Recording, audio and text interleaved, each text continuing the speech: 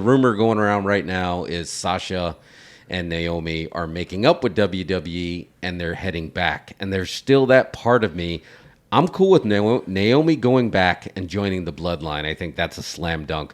But I kind of don't want Sasha to go back. I want Sasha to stay in AEW and to heighten that division and create a real Lex Luger showing up at the Mall of America's moment. Yeah, no, I'm with you. It'll be interesting to see there was whoever first reported it. I wasn't super familiar, and I haven't really seen, the Sean Ross Sapps, the Dave Meltzers of the world really like. They said it looks like to be done, but nobody's really said, "Oh, okay, this is 100% a done deal." It says, things could change. Obviously, from what I understand. So this weekend was actually the kind of C2E2 convention. Oh, yes. Yep. Yeah, in Chicago. What is that? So from what I gathered, that's like a famous, like kind of Comic-Con-ish, gathering that they do in Chicago every year. And this was, Sasha actually got on this a couple weeks ago. And I think like Mick Foley's there, Trish Stratus is there, Lita's there. And there was this big controversy that Sasha was asking for like $30,000 was her fee to be there, and everybody was like, "Oh my God, why is she asking so much?" Like, I mean, why wouldn't she ask so much? Because she's in Star Wars, right? And right. I would love to see their ticket sales prior to her actually signing on, and then Naomi or Trinity, whatever you want to refer her as, is actually there as well. And I actually thought about this. So CM Punk is actually going to be there. I wonder if CM Punk is going to be able to have a conversation with Mercedes while they're there.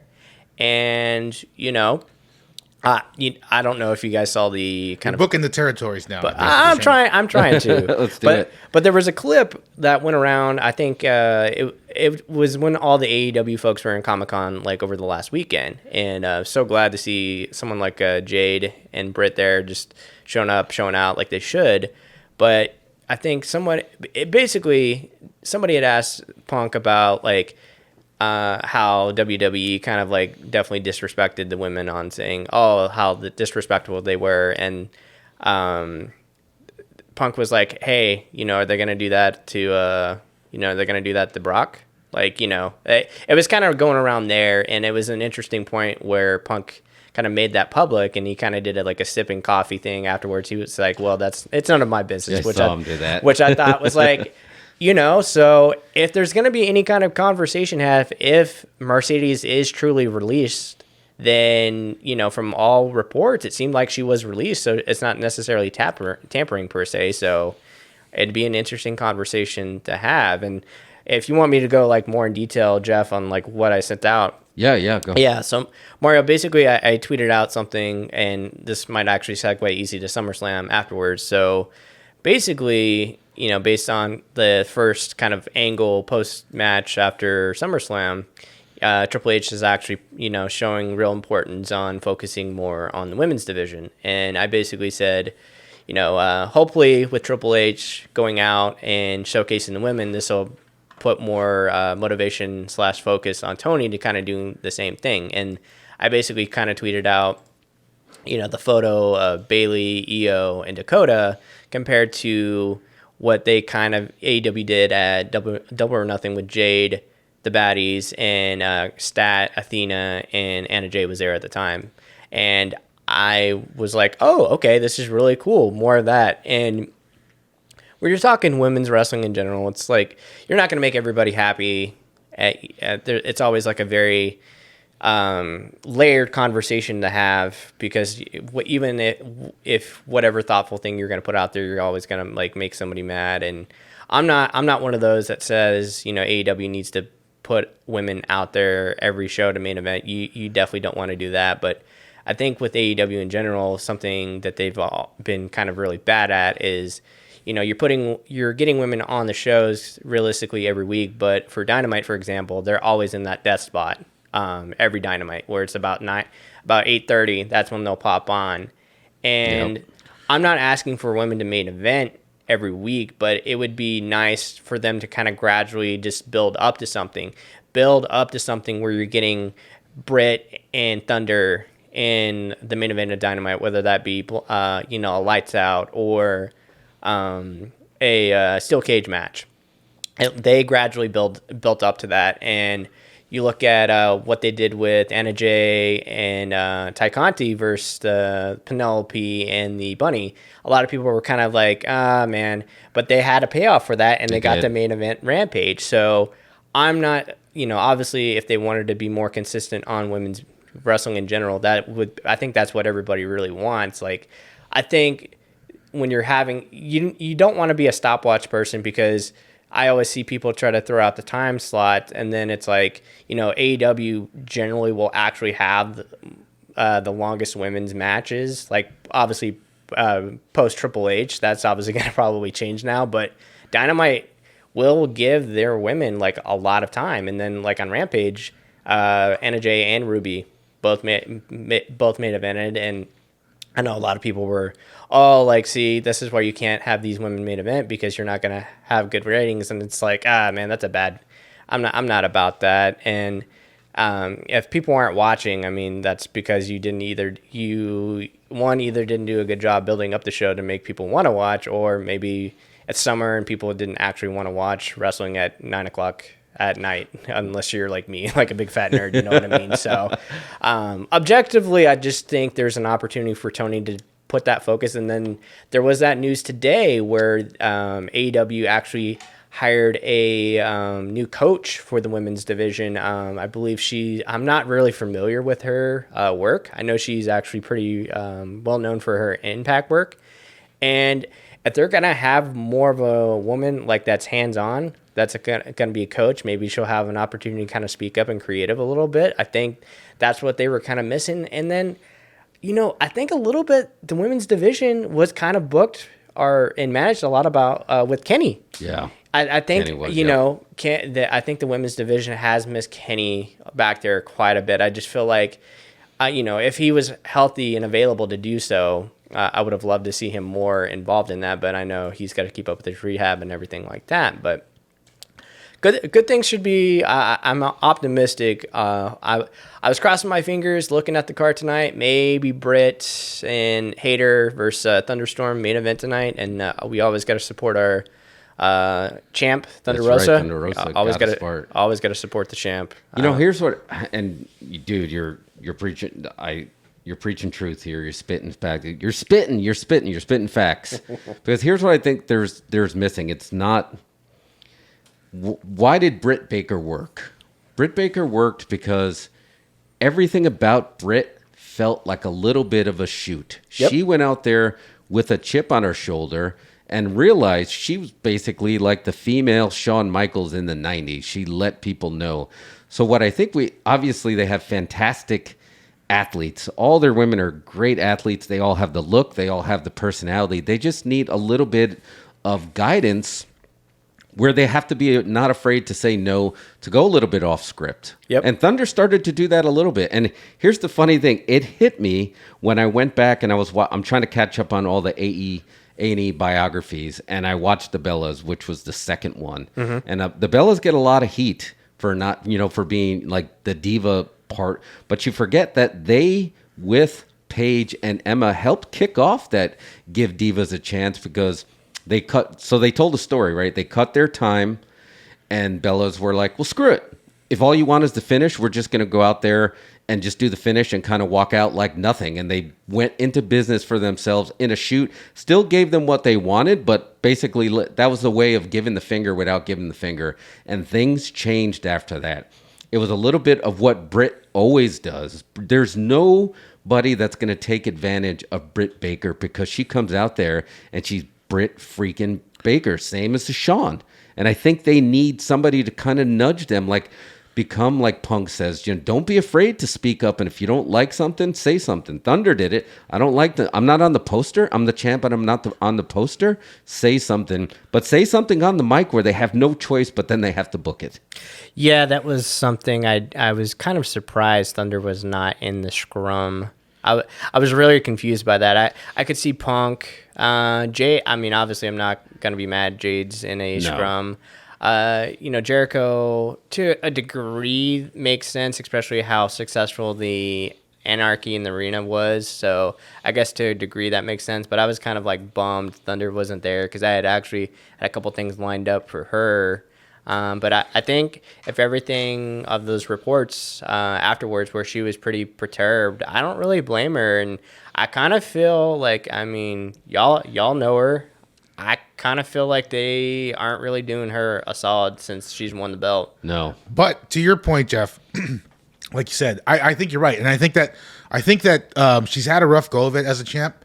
And I think Britt is a hard act to follow. Yeah. She was great. Like, even we were all pulling for Thunder to win. We all knew it was going to happen, and we couldn't wait for that moment to enjoy that moment, But then you realize, well, Britt was awesome, and she's gone, and we kind of miss her, Yeah. And to your point, I feel like Thunder needs to do something to sort of like break out of the sort of like general booking or whatever, you know what I mean? Yeah. It's kind of a boring storyline what they've got. She's just good, I don't know if it would actually happen tonight, but I'm kind of thinking a heel turn is in order. Oh. No way. You think so? Already? Well, she's been face the entire time she's been there. They're trying to do something with Tony.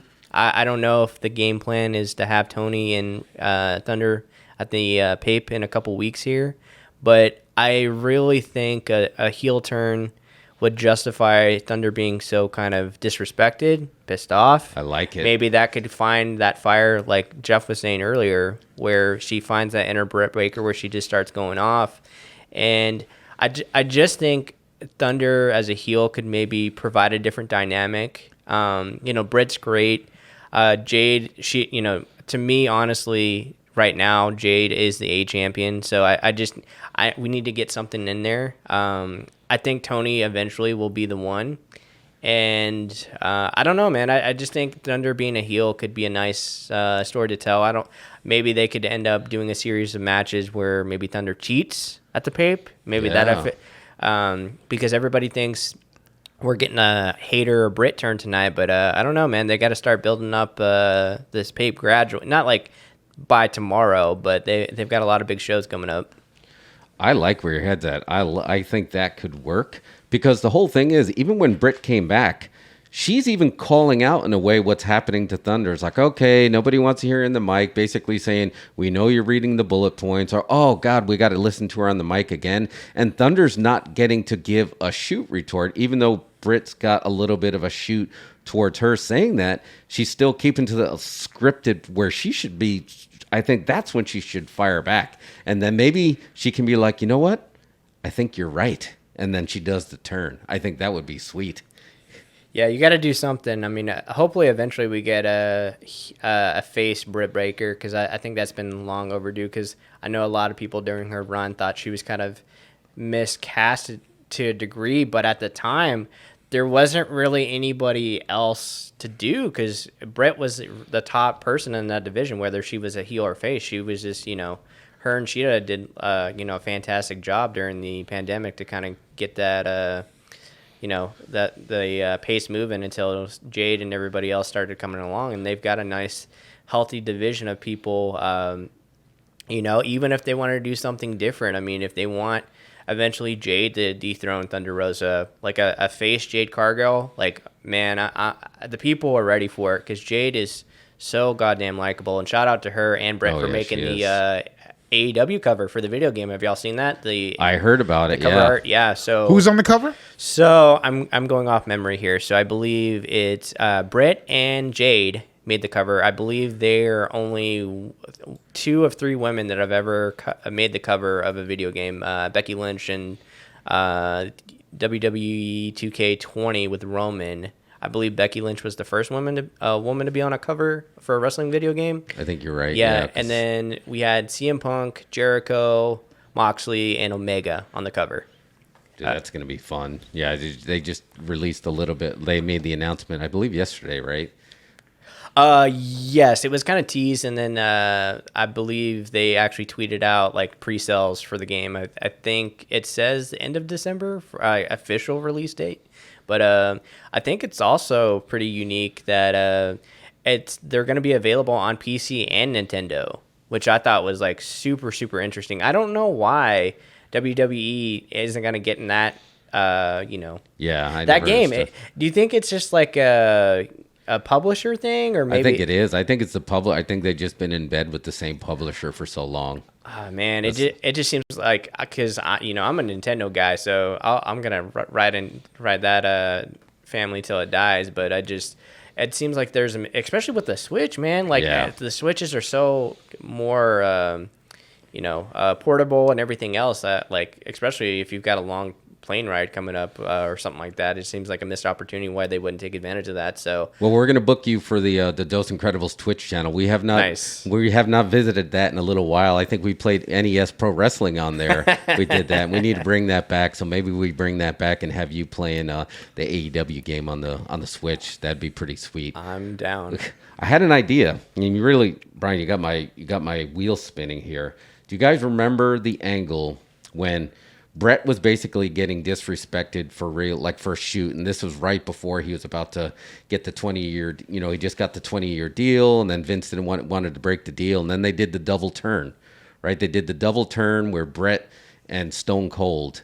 Do you think that Thunder and Britt can pull off a double turn like that and turn Thunder heel at the same time turning Britt face, where they just keep drilling on this disrespecting, and then Thunder just has enough, and she just basically, because the thing that worked so well about that is it felt like a shoot. Before Vince took the stunner in the Garden, the only time he was ever touched before was after that match with Brett and Owen, and the cage was coming down, and he picked, and remember, Brett pushed him on his ass in the ring, and that was just like, well, that felt like a shoot. If you do something like that with Tony Khan, I think you can pull off that double turn. I don't know, man. I don't know. I think Thunder Rosa is a babyface for life. She's got a John Cena quality. If you turn her heel and she goes out there and she's yelling in Spanish at the crowd, I don't like that at all. I will say, like, I don't know if I saw for sure heel tendencies in the Forbidden Door pay-per-view, but she was working a little bit differently. She was working a little bit rougher, obviously doing the Tony did kick out of, I think, the Fire Thunder driver, which led to Thunder doing the Reckoning, Viva the Natural. So I don't know, man. I thought she kind of planted some seeds there. And, obviously the gimmick is when you pair these teams together, it's like, okay, like how soon are they going to break up? Like, I always think about like Jericho and AJ Styles being together for like a day, and then freaking Jericho put the T-shirt in the trash. So a lot of people, because I've been telling people, you don't want to turn Tony Storm heel. That's your raw meat babyface. Yeah. That I think she just came out on a cover or an article with like a fitness magazine. She's highly, they're not going to turn her right now. Thunder, I think, could actually do a pretty good heel run. And I mean, really, other than you've got Britt, you've got Jade, eventually if you're going to flip them on the other side, you're going to have some new heels. And you still have the baddies. Sucks Layla Hirsch is still on the shelf. But I mean, you're going to have to eventually pivot and do something. I mean, if Mercedes decides to come in, oh man, then you got to just, punt everything else and try. Like, I'm not an advocate for just, doing the Vince Russo booking where you got to strap somebody up that same night. But I think you make the exception for Mercedes because she's a freaking megastar. Yeah. But I think from what the reports were saying, like the earliest she could potentially like seek any wrestling bookings is like next year, like I think January sometime. So really, I didn't know that. That's not that far away. No, it's really not. But you can still do some other things in between now and then. But Thunder, I just think she needs a. I don't want to say she needs a fresh coat of paint, but I just feel like there's something not connecting with her right now. And I mean, Britt kind of just being an a-hole to her, maybe that like sets her off. Well, here's the thing. Britt was the best heel in AEW, honestly. Like, it's her and MJF. Male, and male or female, agreed. So, like, when you have that, when Thunder had that, that is what helped her become so over. You know what I mean? Yeah. It was Britt. Britt built her. And it's just true, you know? And now she's gone, and Thunder doesn't have that adversary. They haven't built anybody up, you know? Nope. And maybe you're right. Maybe it should be Jade Cargill, because who else can challenge her, right? You build that up for a while and let it, you know. We need to see the merch numbers. We need to see the merch numbers on Jade. And although something tells me both Thunder and Jade are pushing massive merch numbers. You know, Thunder is for sure. Yeah, like that's like the number 1 or 2 shirt when I see at a wrestling show. That's like the second most. Yeah. I think it speaks volumes too. Like when I don't know how this process works, but I would presume when you're doing Comic-Con, the representatives are picking and choosing who they want, but just the fact that they went out of their way, I want freaking Jade Cargill with that beautiful TBS title there, where she's just, you know, dude, like she's a mogul. Yeah. Like she's a freaking mogul, and they need to just take advantage of her, like, and just push her to the freaking moon. And I hope eventually we get some type of, another match with her and Shaq out there, because I mean, people don't remember her first wrestling match ever was with Shaq. That's crazy. Her first wrestling match ever was with Shaq. Can we put Jade Cargill in Fast and the Furious 10? I think that's where she needs to be. Yeah, she's a star. You're absolutely. If you put her on camera, it's gonna just look beautiful. They would never stand her next to Vin Diesel because he's sensitive about his height. But can you just imagine what she's gonna be in a film eventually? It's got to be something big. She can't go in some Netflix movie. I mean, there's a lot of MCU movies coming up. And, absolutely. And then if and when, I mean, she would definitely kill it in the Storm character. Just saying. Yeah. Oh my God, that's right. You book her, you're in business, because again, and that's why, I mean, I'm pivoting back. That's why I think Mercedes to AEW, because I want to see a heel Thunder versus a face Mercedes, and then you have a face Mercedes against a heel Jade. Those two matches right there are money. Well, she needs to go to AEW anyway, because if she can't go any higher in WWE. Yeah, she's done it all. She's at the top. So like, she needs to do those matches. She needs to get a Britt Baker match. She needs to wrestle Thunder Rosa, and other names out there that I can't think of right now. But she's got to get those, right, before she goes back to WWE. And don't people want to see like the Cody effect, but the other way? Yes. Like people would just go bonkers, and that's what kind of has rejuvenated wrestling. Just the fact that Cody switched sides, and like I know obviously Keith Lee, Swerve, people have like jump stepped on the Mill side, but there has not been. Not to say Tony Storm and Athena aren't like big names, but there hasn't been that seismic shift of like, holy shit. Like, yeah. Well, because Cody led the revolt to leave WWE. Exactly. Right. And then he turned back. Yeah. He's like, psych, I'm with the North. And I think we talked about this before. South. There was only a few people that can pull that off. And there was only a few names that you had to get in there. And originally, I would not have put Mercedes in that list. Now, after what they did with her, she 100% would have. Because it could be argued that Charlotte could have been the only one that would have went to and just like, guess what? I'm a Flair, and I'm back on TBS. Woo, that'd be fun. That would be great. And she was the only one. But now I think my name is Mercedes. She could have the CM Punk effect of just like leaving and like, they screwed me, they're lost. I just think with her, I think she might be an individual where if I'm her, I need them to go on TV and do a make good on them making me look bad as a woman and a woman of color on that television program. Yeah. Like, to me, that's unforgivable. Trinity, her husband works there. That's it's pretty complicated. So I know she's not going to do anything probably crazy to affect his career potentially, but this is just BZ speaking here, not of I'm just a guy here, not like a woman or a person of color or anything like that. But like, to me, if I was Mercedes in her position, I would be furious that they did me like that on live television. Like I would want Stephanie and Trips to come out and say, we publicly apologize.